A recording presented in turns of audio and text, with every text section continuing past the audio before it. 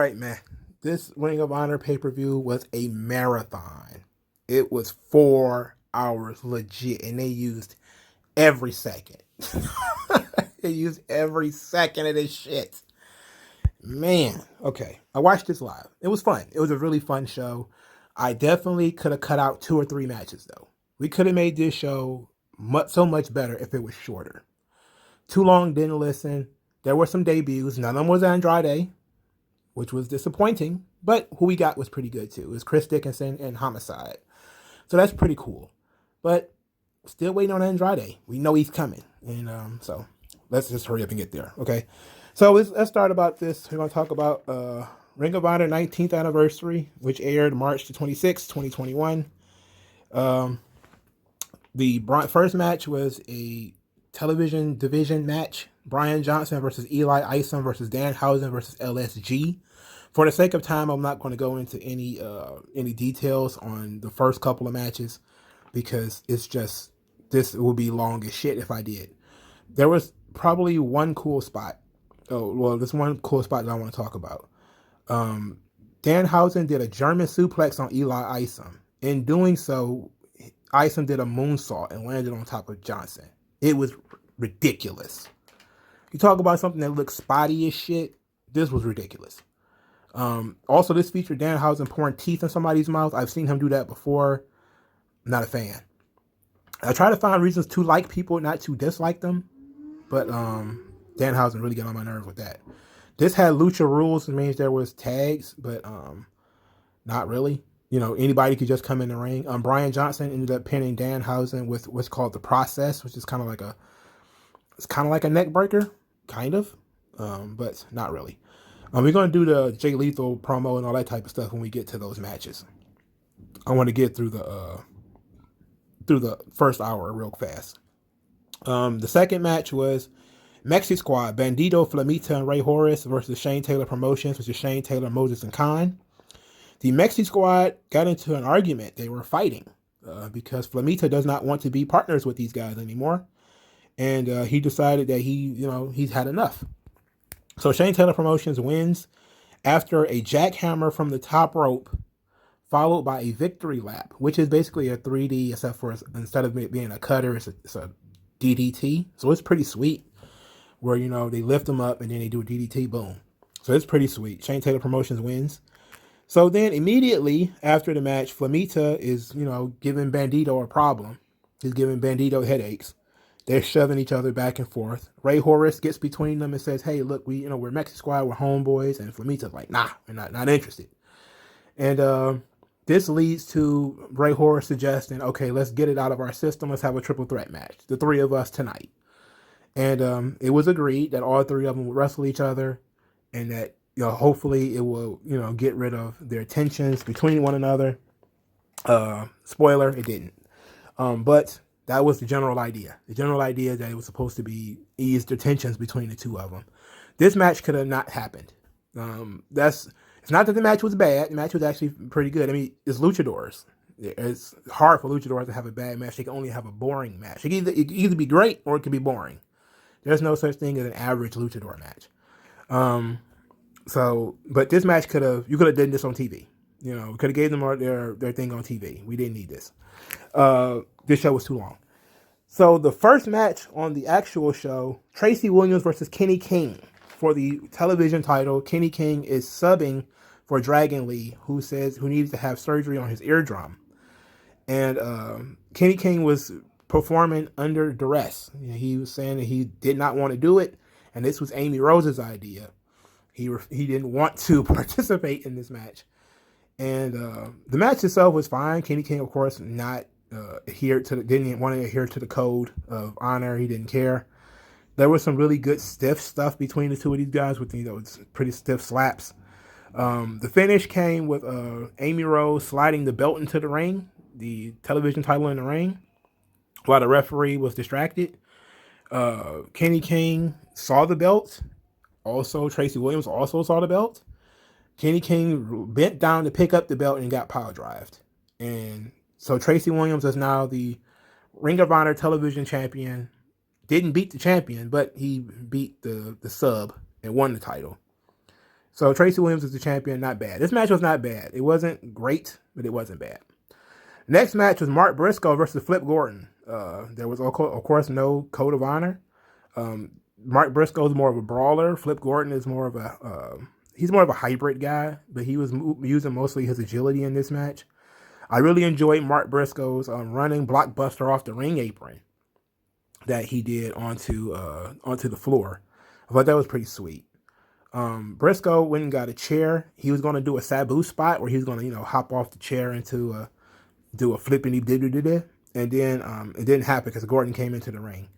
So the finish came from Flip Gordon doing a low blow after the referee got distracted, and he uses the Flip 5, which is basically what Mark Merrow called a TKO.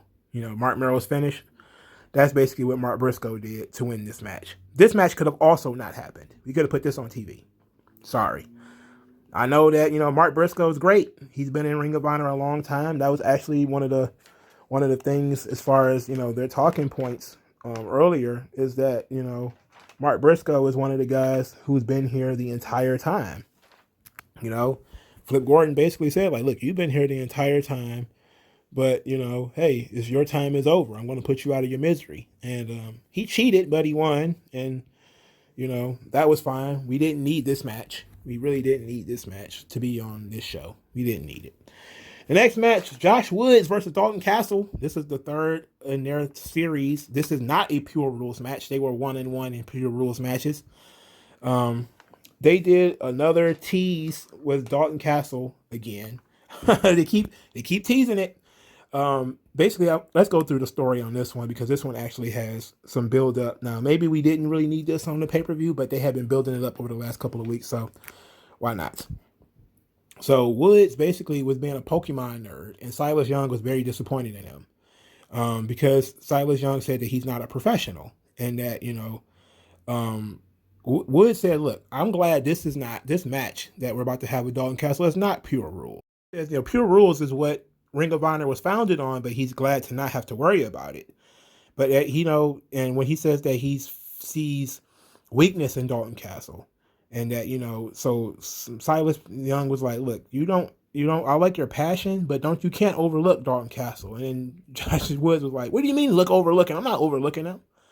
I got my eye on him. I embarrassed him before. I'm going to embarrass him again. So Dalton Castle cuts a promo saying that, he reads Woods like a children's book, and that, one of the Woods' biggest mistakes was assuming that he's weak, or that he shows weakness, or that he makes mistakes.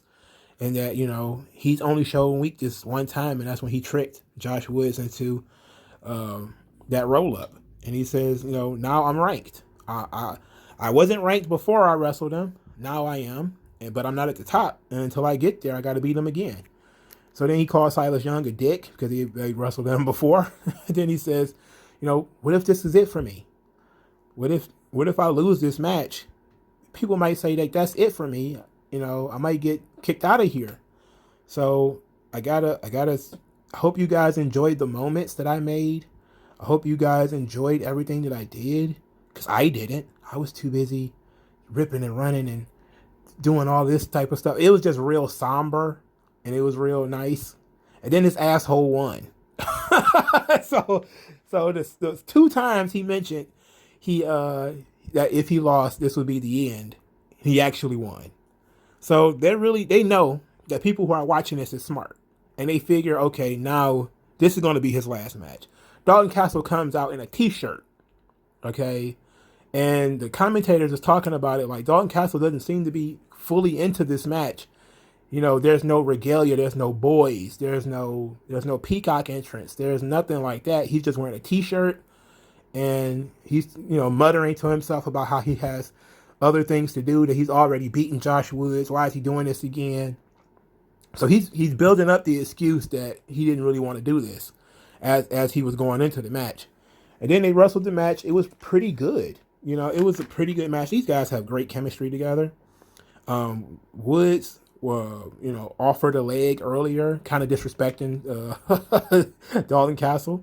And then, and he ended up stuffing that takedown, but Castle ended up taking him down later. Woods ended up actually getting out wrestled in this match, which was very interesting. So he went on a very aggressive comeback. It was just like a real fiery kind of, fierce comeback that didn't have anything to do with like the cocky Josh Woods character that we've had before. He kind of put that in his back pocket and went straight for the gusto in this one. Silas Young wanted him to use a chair. This was Josh Woods being emotional. He was being emotional, and so Silas Young liked this. He was like, "This is great." So he goes and he gets a chair and tells Josh Woods to use the chair. Josh Woods refuses, takes the chair, kind of throws it, and tells him like, "No, get away." And then Silas Young was like, "Look, what are you talking about? Like, what are you doing?" And then, of course, because Silas Young had distracted him, Dalton Castle got the advantage. So, and Silas Young is outside the ring saying like, "Oh, this is what you get," as he's getting beaten up.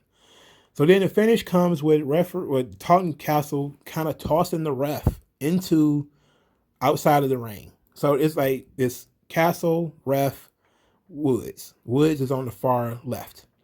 And, Castle kind of tosses the ref outside the ring. It made it seem like it was a mistake. So while he was distracted, while the ref was outside the ring, Josh Woods tried to roll Dalton Castle up.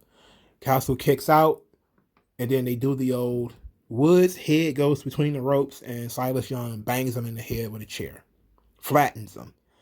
And then just Dalton Castle pinned him. So Dalton Castle stole a win because Silas Young hit Josh Woods with a chair. So Woods was out. Woods was flattened. And then Silas Young cuts this promo. And basically he says that, he's been patient with Josh Woods all this time.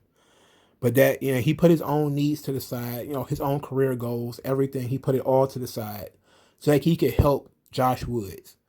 But Josh Woods keeps fighting him. Josh Woods doesn't want to listen. He wants to do his own thing. So now he's going to teach him one last lesson, how to be a real man.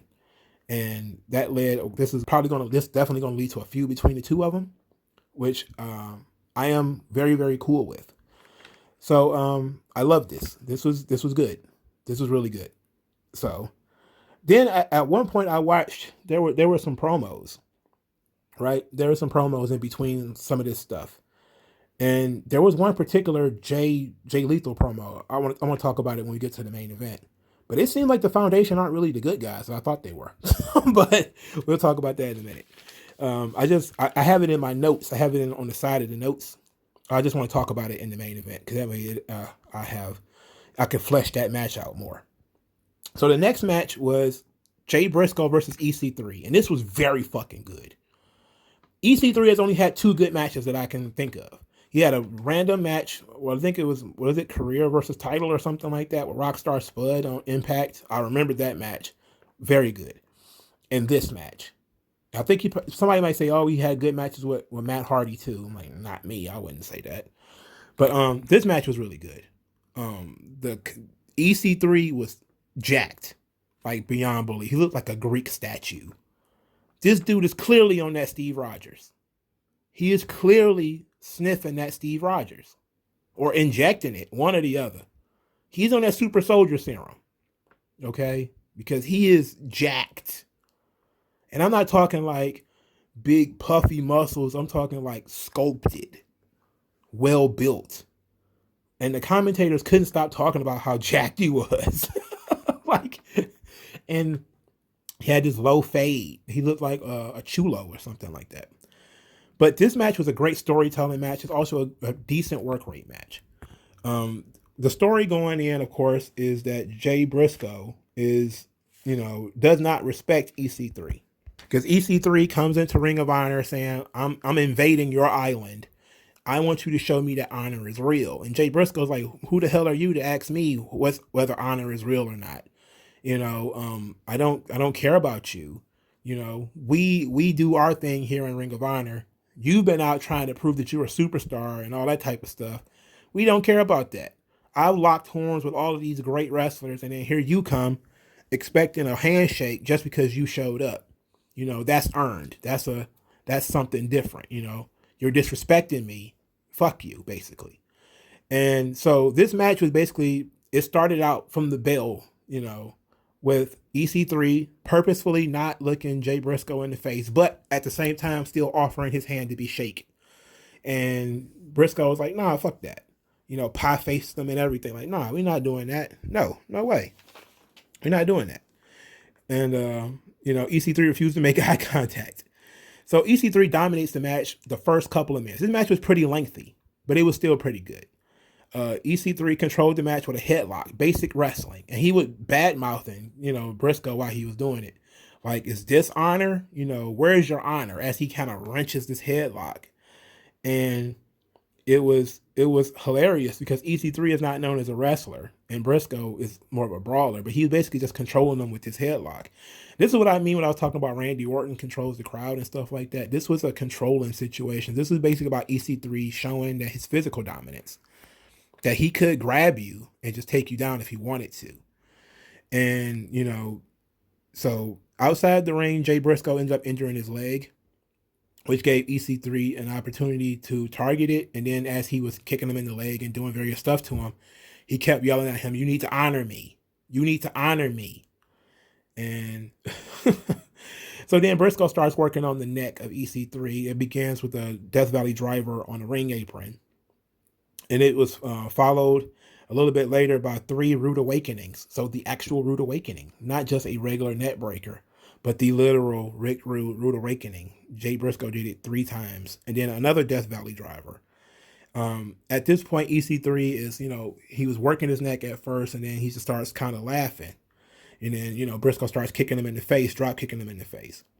And EC3 is out of it. Like, he's just kind of like, he's just laughing and like, okay, I see what you're doing. And he just really couldn't go anymore. So then he offered up his hand once again from his knees. He looked at Jay Briscoe right in the face and he offered his hand again. Then Briscoe finally shook his hand, then gave him a J drill and pinned him. So this was great. This was great storytelling. It bookended it. Didn't want to shake his hand at the beginning, but EC3 earned his respect during this match by showing his toughness, by showing his ability, by showing his cutthroat nature. He was able to go in there and prove that honor is real. So then after the match, EC3 offered his hand again, and, you know, Jay shook it one more time. This time he didn't do anything to him. He just shook his hand. So it was great. Respect earned. You know, they built up this one match pretty solid. This was great. I really enjoyed this. The next match was Bandito, Flemita, and Rey Horus in a triple threat match. Each one of these guys shook each other's hands, and, you know, except Flemita. Flemita didn't want anything to do with any handshaking. He didn't want anything to do with these guys at all, really. Flemita, throughout the match, kept mocking the concept of Mexi Squad, kind of like Mexi Squad.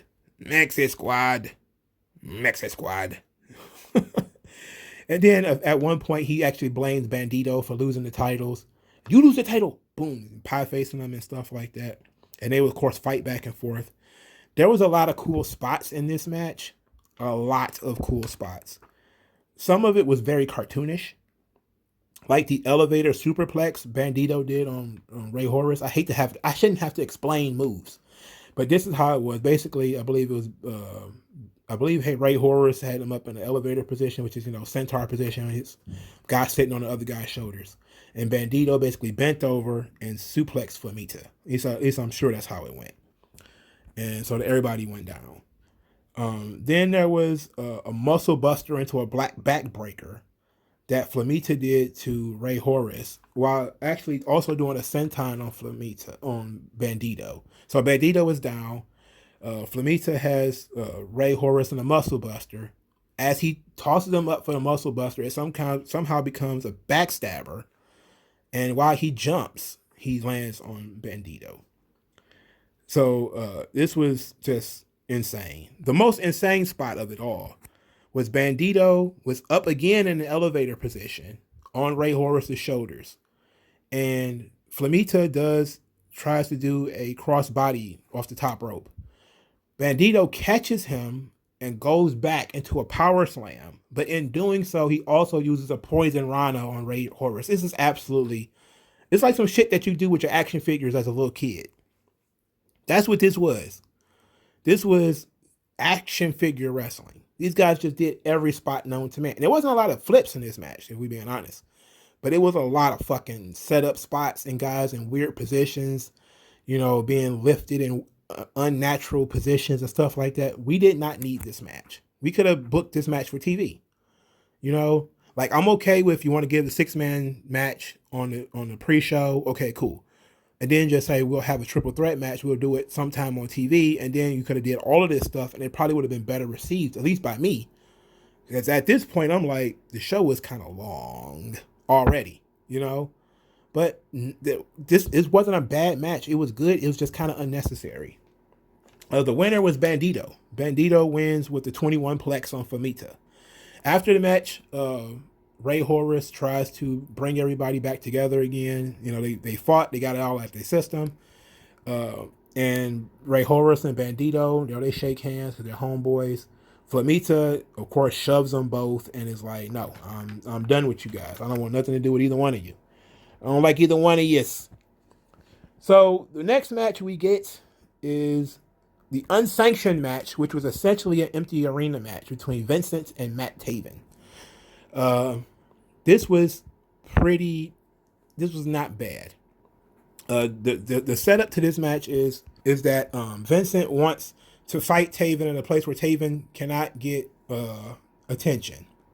So he wants to go back, and they find their old training facility where the two of them train together. And they're going to fight in here, and it's like an empty building. And when Taven walks in, it's like something out of Arkham Asylum, where you got, Arkham Asylum. If you don't, it's a Batman video game. So it's like Arkham is a prison. So it's kind of like that. You got Vincent is up on the balcony.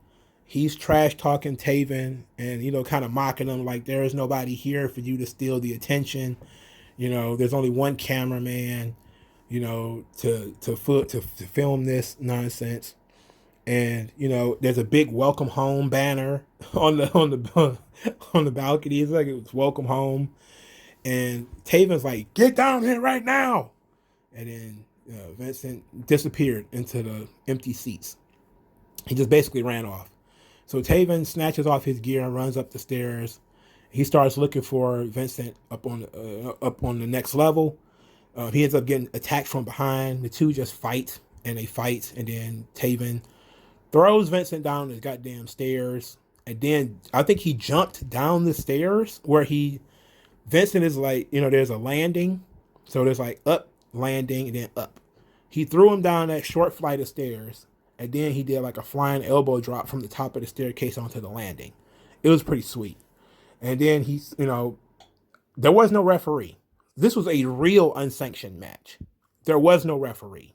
So I had no idea how you could possibly win. So like it didn't really occur to me until right near the end that they really did a non-sanctioned match because there was no referee. So at one point in this match, Vincent starts dancing with a tackling dummy, which actually he started waltzing with this tackling dummy. And singing. And then Taven took him down and started singing the same song. It was pretty crazy, man. Vincent tried to do a sliced bread off the wall and ended up getting thrown into a roll of like church chairs. Like if you ever go into a church and you have all those chairs lined up against the wall, like, weird, so people can pick them up and put them on it was like that. It was like a big roll of chairs, and he just kind of got thrown onto them. At one point, Vincent finally explains what's going on here. That basically, after final battle, I think he said 2019 or something like that, he was ready to prove to the world that he was world championship material. Everyone knows that he's world champion material. But Taven won't get out of the way. Taven insists on trying to hold him back. And since Taven's trying to hold him back, he's going to have to end Taven. That he's going to finish him forever just to prove that he's world championship material and get Taven the hell out the way. So the two of them get to fighting on the balcony. They're going back and forth, boom, boom, boom, boom. And then some big guy comes out of nowhere. He looks like Braun Strowman. And he comes out of nowhere and he kind of hits both of them. And they both fall off the balcony and through a table.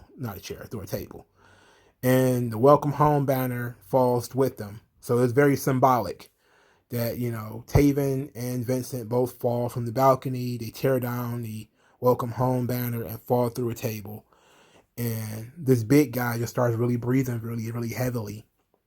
And then he goes down the stairs like, and he picks up Vincent and leaves Taven in the broken on the floor. And that's where the match ends. So I'm guessing Vincent wins. I'm guessing he won. So this was pretty cool. I like how they set this up. They set it up in the first hour where they kept saying, we don't know what happened to Taven or Vincent. We just got a tape saying this is, what they did. Nobody knows what's on the tape. It was kind of mysteriously, given. I would have liked somebody to mysteriously give them a tape. Like I like to see things. I like to see things. But we're told by the commentators, we just have a tape. We don't know what's on it. We don't know who won, or we don't know what's going on.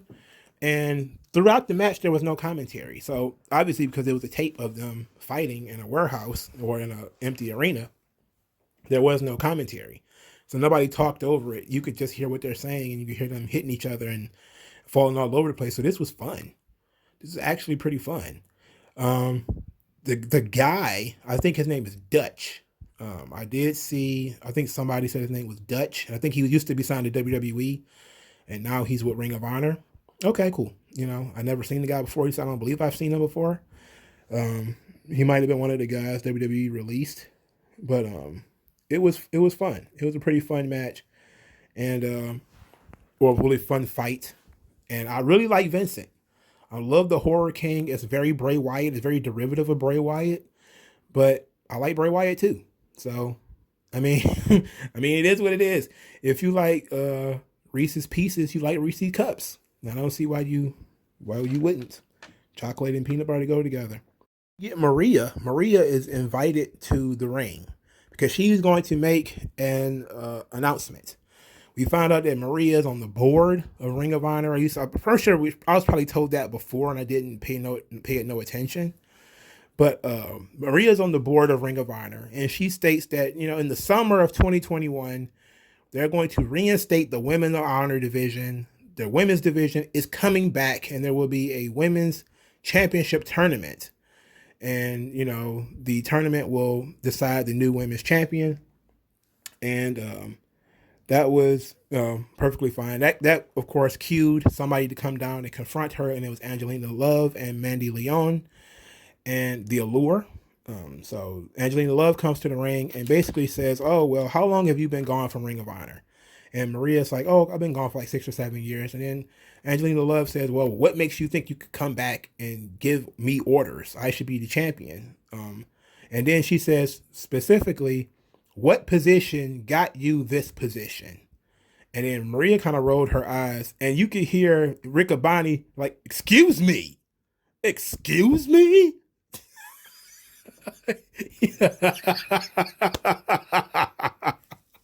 He was so offended. He was so offended on her behalf. Like, milady, how dare you talk to her that way? I shall silence thee by cutting out these tongue. I cut out your tongue. Anyway, Maria says, kind of ignored it and was like, okay, look, you're in the tournament, but I'll give you a bye in the first round if you can beat, your opponent in the next couple of weeks. And then Angelina was like, okay, whatever. Who is it going to be? And it's Quinn McKay. Quinn McKay is going to wrestle Angelina Love on television. And if Angelina Love wins, she'll get a bye in the tournament. Now, this is happening because Angelina Love and Mandy Leon beat up Quinn McKay a couple of weeks ago on I think it was some YouTube thing. It wasn't on the TV show, but I think they played it. And Quinn McKay was very excited for the opportunity to fight Angelina Jolie, Angelina Love. Ring of Honor is not as based as, to have Angelina Jolie out here. Even though she kind of looks like a leather bag now. But I'm okay with Quinn McKay wrestling. I knew it was coming. It was inevitable. When they shot the angle of her getting beat up, I knew it was inevitable for Quinn McKay to wrestle. They're going to have to fill this division, though. I don't know they've only got like 5 or 6 women in the entire company. They're going to need some more. But the women's division, they're going to give it another shot. They're going to give it another shot. I think they might have it right this time. They seem to be doing things a lot smarter now that they're running during the pandemic. Everybody seems to be a little bit more efficient, because they're using a smaller number of wrestlers. So there's not a lot of people coming and going and bumping people from shows and, doing a lot of stuff. It's all in a central location too. So Ring of Honor is actually doing pretty well. They might be able to hold this women's division for a little while. At least until things go back to fairly normal, if they ever let you get back to normal. So I like this whole segment. I like that Queen McKay was really excited about the women's division, and she's very excited about the opportunity to fight Angelina Love. Angelina Love was being a bitch. Maria is, whatever. So this was all fine. The 9th match on the entire show, 9 matches. This is the 9th. Dak Draper versus Jonathan Gresham for the ROH Pure Championship. And the story into this match was pretty good, So Dak Draper pretty much says that he can look at Jonathan Gresham and tell that he's been an underdog for most of his life. He says, but I'm the opposite. I've always been expected to win. A lot of pressure in that because, when you're an underdog, there is no pressure. And people don't expect you to win. They don't expect you to do anything. And, it's okay. It's okay when you lose, when you're the underdog. But when you're like me and you have such natural gifts and such natural talent, people expect you to win. And that he doesn't like letting people down. He's not going to let himself down. And I really thought that was dope. So Gresham responds in his pre-match promo that Dak Draper made a mistake already thinking that he's an underdog. And that, he's the best. This title means that he's the best in Ring of Honor, period. He's not the underdog. And I was like, okay, cool. So we start the match and Dak Draper has been a troll. He's wearing 3 shirts. So he walks to the ring, take off one shirt, tosses it. And then he gets into the ring and takes off another shirt. And everyone's like, oh, what's going on here? Why is he wearing 3 shirts? And then Caprice Coleman is like, that's what happens when your merch don't sell. You just start wearing all your own stuff. The size difference. Dak Draper is 6'5". Jonathan Gresham is 5'4". Okay, this looked like a grown man versus a 9th grader. It was an embarrassment. It was ridiculous. Most of the early part of the match was basically Dak Draper just grabbing Jonathan Gresham and standing up. He just really would just put him in a headlock and stand up. He would put him in a bear hug and stand up. And that was kind of it. He had him in a bear hug for a long time. Long time. This had like a 60-minute time limit or something crazy like that too. So, but the point of this, it wasn't just to embarrass him and show his size and everything, but it was also to show, that Dak Draper is trying to work the rib cage and the body of Gresham. But I did like the Mile High muffler, which is, he do the stretch muffler where he just basically stands up with the guy. And he did a unique thing this time when he picked him up and he was swinging him around in a circle because Gresham is so small, he could do that. So he would had his leg over his neck and he would just pick him up and swing him back and forth. I think I've seen Nia Jax do it. Maybe Nia Jax got it from him or something like that. Probably not. She don't like the type to watch Ring of Honor. Anyway, Dak Draper used 2 of his 3 rope breaks to escape running forearms. Gresham does this really fierce running forearms off the ropes or whatever. So he hit the ropes and he comes back with this really fierce forearm. He did it twice and Dak Draper grabbed the ropes both times. His third rope break was burned from an ankle lock. But Gresham had actually used all his rope breaks first, trying to escape these various submission holds that he was getting put in by Draper. So Draper actually used his punch. You get 1 free punch, 1 closed fist in the Pure rules, and he knocked Gresham pretty much out. And Gresham was down for a 9 count and then rolled outside the ring. I really kind of had a question mark here because I was like, why didn't he just pin him? You had him knocked out. The referee was like, yeah, get back. But I'm like, why doesn't he just pin him? The guy's down for a 9 count. Just fucking pin him. So then Because Gresham had been working the knee, of course, why would you work anything else when a guy who's 6'5"? Dak Draper couldn't really execute some of his offense later, so that was useful. And then the finish was it was creative, but it was also kind of frustrating. Dak Draper was outside the ring. He had his back to the ring. Gresham comes through the ropes in a tope, grabs a sleeper hold. At mid-air, like jumps on Dak Draper's back, put him in a sleeper. Dak Draper's knee goes out, boom, he goes down. Then he has to fight back. So he's crawling and standing up with Gresham on his back. He gets in the ring. He's still holding the ropes. And, there's no rope break because he used all his rope breaks. And then Gresham basically choked him out. So the referee ended up stopping it because Gresham didn't have to let it go. So that was the finish. Gresham wins by referee stoppage. And afterwards, Dak Draper was very frustrated, pretty pissed off, deservedly so. Match was pretty good. For a match that was pretty ridiculous as far as the size difference and all that type of stuff, this match was still pretty fucking good. All right, so the next match was the Tag Team Championship. It was Bestia del Ring and Kenny King versus the Foundation, Tracy Williams and Rhett Titus. This match was it was a necessary match to be on the show, but it was probably the worst match on the show. Bestia is very limited. He also looks off sometimes. But there's sometimes, like there was an exchange in this match where Bestia was being told by Williams to hit him, and he kept kind of pausing, like he needed to reboot, like he was freezing. It was like a bad internet connection. He was kind of like, what'd you do? Hit him, boom, hit me. And Bestia was like, okay, boom. And it's like, oh no. It just wasn't good. It wasn't good. And he's also a little bit older, so his athleticism isn't the same. He was actually subbing for Dragon Lee, because Dragon Lee was also a tag team champion, so he was down. And I did enjoy the story that they had going into this match, is that the Foundation was 4-4 so far. They had won all of the matches they had been in so far, and this was like the LFI was struggling going into the main event, having lost the television title earlier. So this was something that was very interesting. So the finish, let's get into the finish because this match was not good. Bestia just moves at a snail's pace. He also did some weird stuff. Let's talk about one weird thing that Bestia did while I have a little bit of time.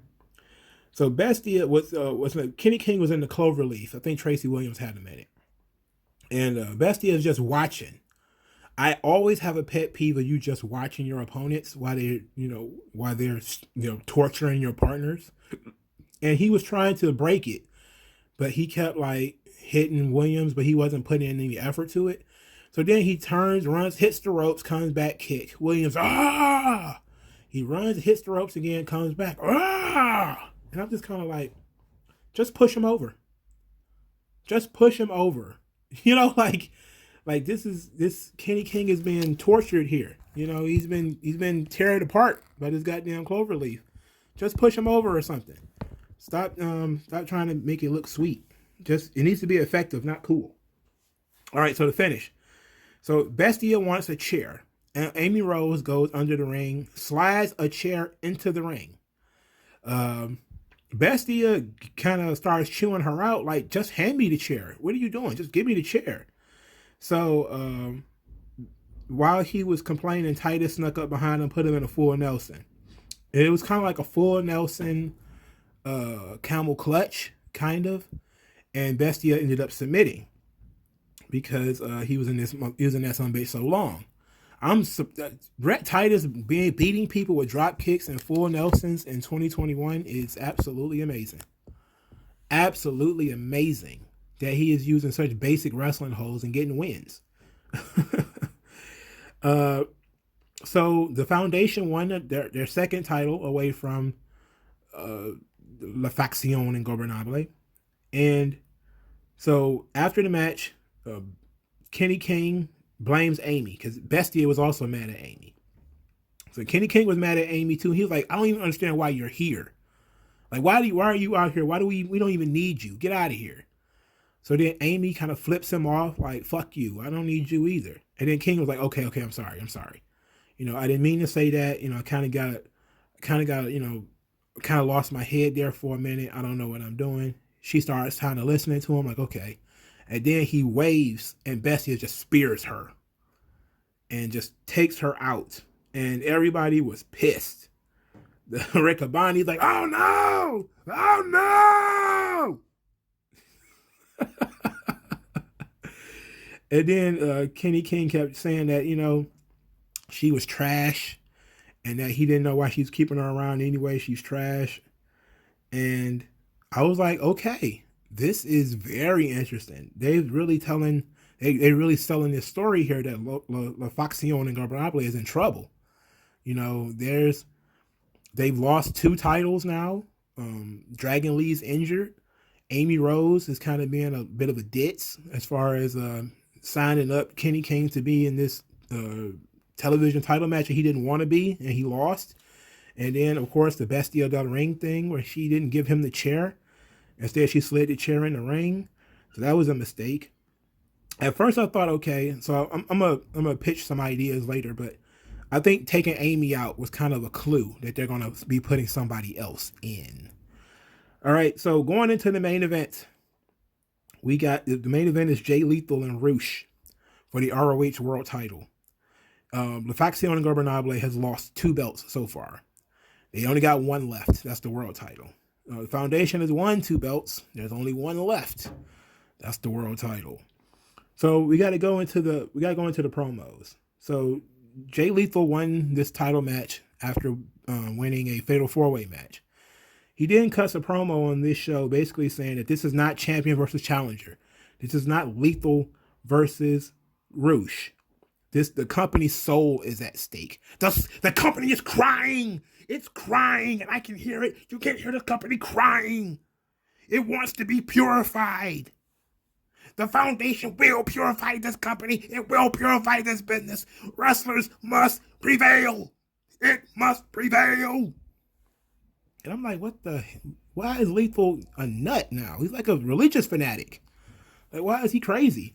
And this is where I kind of got the idea that I was talking about earlier. I don't think the Foundation are the good guys.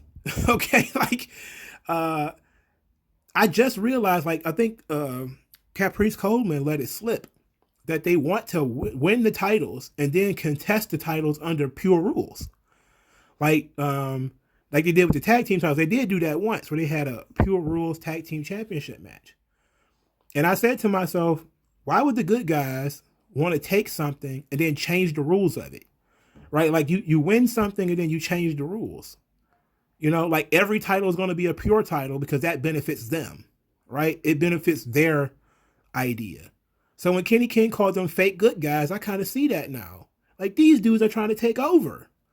They're trying to change the entire company.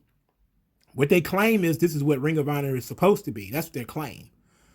But it doesn't seem like it. That's very weird that you're going to win every title and turn every title into the pure championship. Every title has to be defended under pure rules. That's insane. That's megalomaniacal. Okay, that's insane. I don't think these guys are the good guys anymore. Okay, but I still like Jay Lethal. So Roosh comes out. He's the sole member of Los Ingobernables who hasn't been beat. And Roosh actually shook his hand first, which is very strange because Roosh never adheres to the code of honor. So he actually shakes Jay Lethal's hand. And Roosh wants to wrestle. He doesn't want to fight. Usually Roosh wants to fight. He don't want to fight. He want to wrestle this time. So he actually gets in wrestling stance, and Jay Lethal wrestles him. They go back and forth. They tumble a little bit. And then Roosh says, you get down. And Lethal's like, okay, I'll get down too. And then when he gets down, Roosh spit on him and then laughed. And I thought that was great. That was great. He let him get down, and he was down on all fours, and he just like, puh, and then giggled. I was like, oh, this guy's wild, man. that was some really good psychology there. Make the guy think that, okay, I've had a change of heart, even though guys don't change that fast. But Roosh, obviously, it went left from there because Roosh took him outside the ring, banged his head against the barricades. Earlier in the night, Jay Lethal had begged the referee Todd Sinclair to not disqualify anybody and to let the match go because to give him a better chance of winning, not to be so quick to disqualify anybody. So Roosh was taking advantage. He was, choking him with the cables from under the ring. He was just going, he was going wild, man. Roosh is a crazy guy, and he was dominating. And he gets like in the middle of the ring, and he was saying, various stuff like, "You should enjoy me." So Jay Lethal upped the ante by being a little bit more physical. He was working the legs using a figure four. During the second figure four that he was using, Bestia del Ring and Kenny King ran down to the ring. Todd Sinclair saw Kenny King hit Jay Lethal with a chair, and he wanted to disqualify them. But he knew that if I do this, Jay Lethal doesn't get the title, and now we're stuck with Roosh as the champion.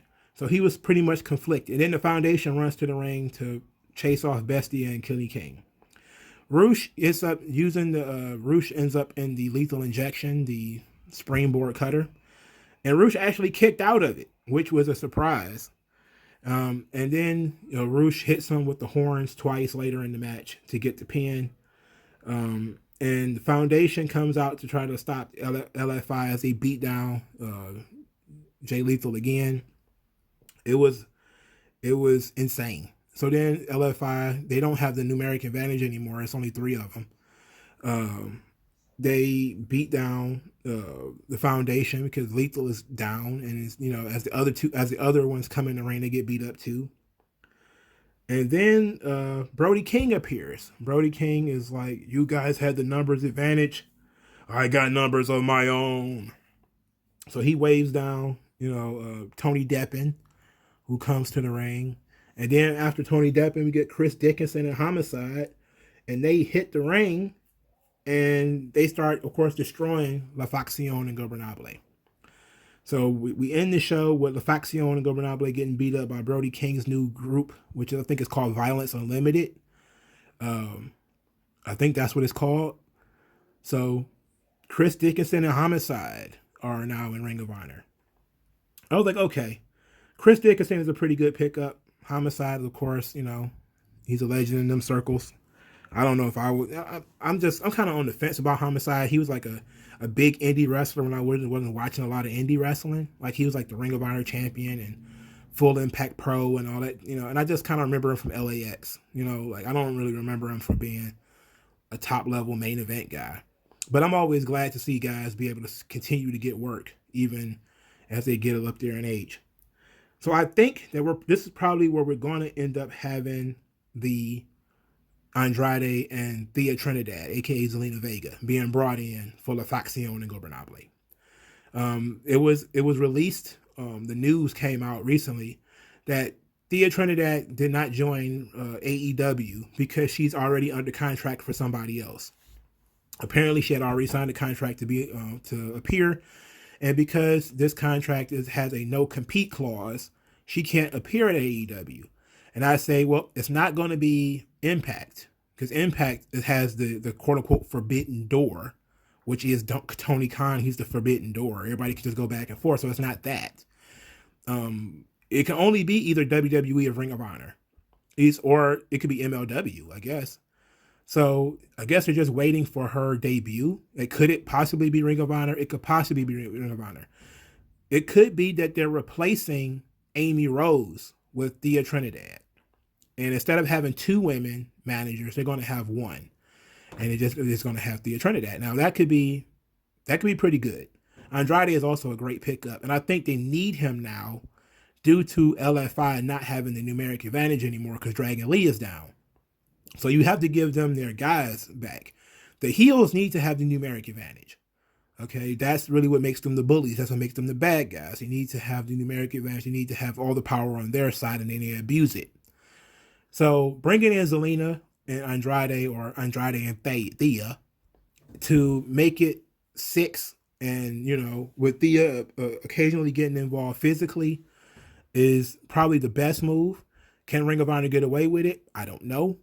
I don't see why Andrade would go anywhere else. other than Ring of Honor, because that's really kind of where he wants to be. But it's entirely possible he could also go to Impact. But I was, of course, disappointed when I didn't see him. But Chris Dickinson and Homicide was okay too. It was alright. So that's my conspiracy theory. My conspiracy theory is that that Andrade and Thea Trinidad is going to join La Facción and Gobernable as members in order to put the numeric advantage back on their side and to replace Amy Rose and Dragon Lee. All right, so this show was entirely too long. Most of the matches, especially some of the main card matches, were actually very good. The top matches were the best. Roosh, Lethal, great. EC3, Briscoe, great. Taven, Vincent was very good. Draper, Gresham, great. It just sucked that I was tired for those matches because there was so much shit before we got there. Even Bandito, Flemita, and Ray Horus was a great match, but I had just saw those guys not probably an hour earlier. You could have took out that 6-man tag, put it on a different show. The build up to this would have been better. Could have took out Briscoe and Gordon, put it on another show, would have been better. But for me, it felt like there was too many matches. They were trying to get everybody on the card because they tried to get everybody that worked the tapings on the card, essentially, because they were trying to get everybody a payday. But to me, it felt very disjointed. Like none of the matches were boring or bad. It just kind of felt out of place and like they didn't have enough oomph behind them. And that we really could have done without them, or they could have been good TV matches and not really. You have to think about that. Have to think about that when you talk about the main event. You have to. You're eating up time. How tired and how live is the crowd going to be for your main event? That's why the show should be short. If they can be. Why tire people out by putting so much before the main event? But I don't know nothing. It's just basic stuff to me. But thank you for your time. Like this video, share this video, subscribe to the channel. Send cash via the Cash App, which will be in the comment section below. Send emails to mrslade84@gmail.com. I'll talk to you guys later, man. Peace out. Da,